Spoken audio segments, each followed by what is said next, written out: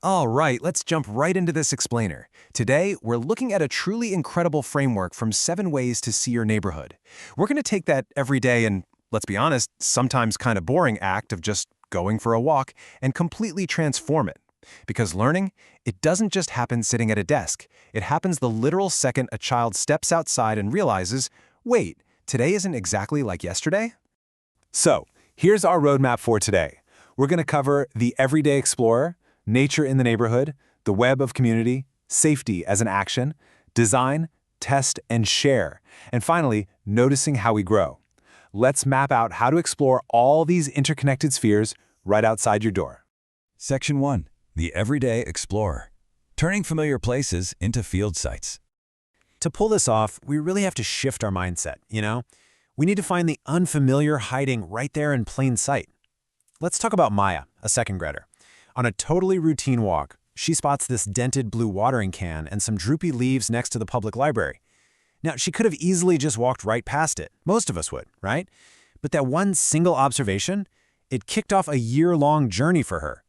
It just goes to show how one weird, tiny detail can open up a whole universe of questions. And here's the thing, passive memorization just doesn't cut it out here. Instead, we swapped that out for a super powerful active toolkit called the 7 Durable Learning Moves. We're talking about notice, compare, describe, predict, test, improve, and share.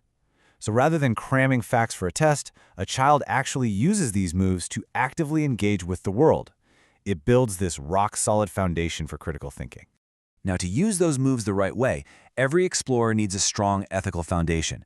Basically, 4 key promises. First up, stop before you observe. Rushing just makes us miss the good stuff, and honestly, it can even be physically unsafe. Second, compare what you're seeing. Third, check things out before just deciding on an answer. And fourth, this one is absolutely crucial. Leave things exactly as you found them. We have to leave natural habitats totally undisturbed. Like an observation should never, ever damage the subject you're looking at. Moving on to Section 2. Nature in the neighborhood. Observing living things in context. When we take these moves and apply them to the living things right outside our front door, we aren't just, identifying some random plant, we're observing it in its actual world. Think about the difference between a passive, empty statement like, the plant died, versus an action-oriented description like, the soil was dry and the leaves drooped. You see the difference there?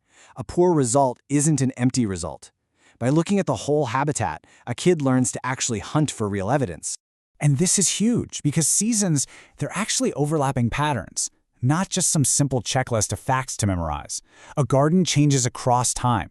You've got spring buds opening, summer leaves filling out, autumn seed shapes changing, and winter life hiding away. Maya actually learned this firsthand by watching her library garden freeze over. A bud that stays tiny through 3 winter visits, well, actually, scratch that. It hasn't failed to grow. It has successfully survived 3 freezing encounters. That lack of change is literally an incredible discovery all on its own. Okay, Section 3, the web of community, uncovering the hidden work. So, a community might be built out of visible places, but it's sustained by completely unseen labor. Think about supportive design features, wheelchair ramps, tactile paving, those lower service counters. These aren't just architectural decorations, right? They are deliberate acts of care. A ramp doesn't just help a wheelchair user, it's a game changer for a delivery worker or an exhausted parent pushing a stroller. Spotting these designs helps kids understand how a community practically looks out for its people. To really get a feel for this web, we can teach kids to ask 3 essential questions when they're out on a walk. Who is doing something? What are they doing? And who might it help? Asking these questions is the perfect way to uncover all that unseen labor. It's exactly what Maya did when she went and respectfully interviewed Mr. Rivera. He was the library volunteer who was actually taking care of that garden with a dented blue watering can. Next up, Section 4, Safety as an Action. Concrete decisions for shared spaces. We really need to reframe safety. It isn't just a list of rules tacked onto the end of a trip. It's an absolute, integral part of navigating our shared world. But look, just telling a kid to be careful is way too vague. It kind of doesn't mean anything to them. Instead, we need to use actionable language. Things like stop at the edge, look in every direction. By doing this, children actually learn how to read physical boundaries and make concrete, safe decisions totally on their own. And navigating the world safely also means knowing exactly what to do when something feels off. There's this vital 3-step action plan for when kids encounter frightening or confusing behavior. It's simple. Say no, move to an approved, populated place, and tell a trusted adult. It is so absolutely crucial to emphasize to the young explorers in your life that they should never, ever keep secrets about feeling unsafe. Moving on to Section 5, Design, Test, and Share, the science of play and communication. You know, everyday activities can actually teach kids the real foundational principles of the scientific method. The idea that materials have useful properties, I know it sounds super academic, but it's literally the basis of play. When a kid figures out that stretching a rubber band stores energy and then they use that exact property to power a little cardboard car, they aren't just messing around. They are doing early engineering for sure. But what happens when a design fails? How do we fix it? Well, to figure out why a toy worked or failed, an everyday explorer has to conduct a fair test.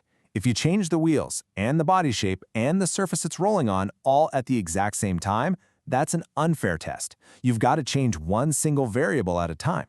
It makes figuring out the actual result so much easier to interpret. And once a child makes a big discovery, they're going to want to share it. But let's walk through the ethical way to do a presentation. They need to choose their audience, paraphrase accurately, and protect private details. That means no sharing addresses or full names without permission. But most importantly, we have to stress the vital difference between what a child actually saw, which is the evidence, and what they think about it, which is their interpretation. And finally, Section 6, Noticing how we grow, measuring growth beyond height. Ultimately, we have to turn that lens inward to see how all these neighborhood observations actually measure a child's internal development, because growth is about so much more than just height. Turning a frustrated "I cannot" into a resilient "not yet" or maybe not that way, that is the truest evidence of emotional growth. It shows a child learning to accept help, adjust their approach, and measure their progress in things like persistence and care rather than just inches on a wall. Which brings this whole thing full circle, right back to Maya. After months of those freezing winter visits, she finally spots a tiny green bud that survived the cold. Think about it. At the start of the year, all she saw were some drooping leaves. But by spring, she saw the insects, the soil, the people, the shade. She realized that her own attention and patience had been growing right alongside that garden. So I want to leave you with this closing thought. When Maya is looking at a closed bud on the tree, her friend asks her, "Will it look the same tomorrow?" And Maya just says, "Maybe, maybe not. That is why we look again." Learning truly begins in that exact spot where attention transforms into care. Every familiar place holds a small tomorrow just waiting for careful eyes. So, what will you notice on your walk today? Thanks so much for joining me for this explainer, and I'll catch you next time.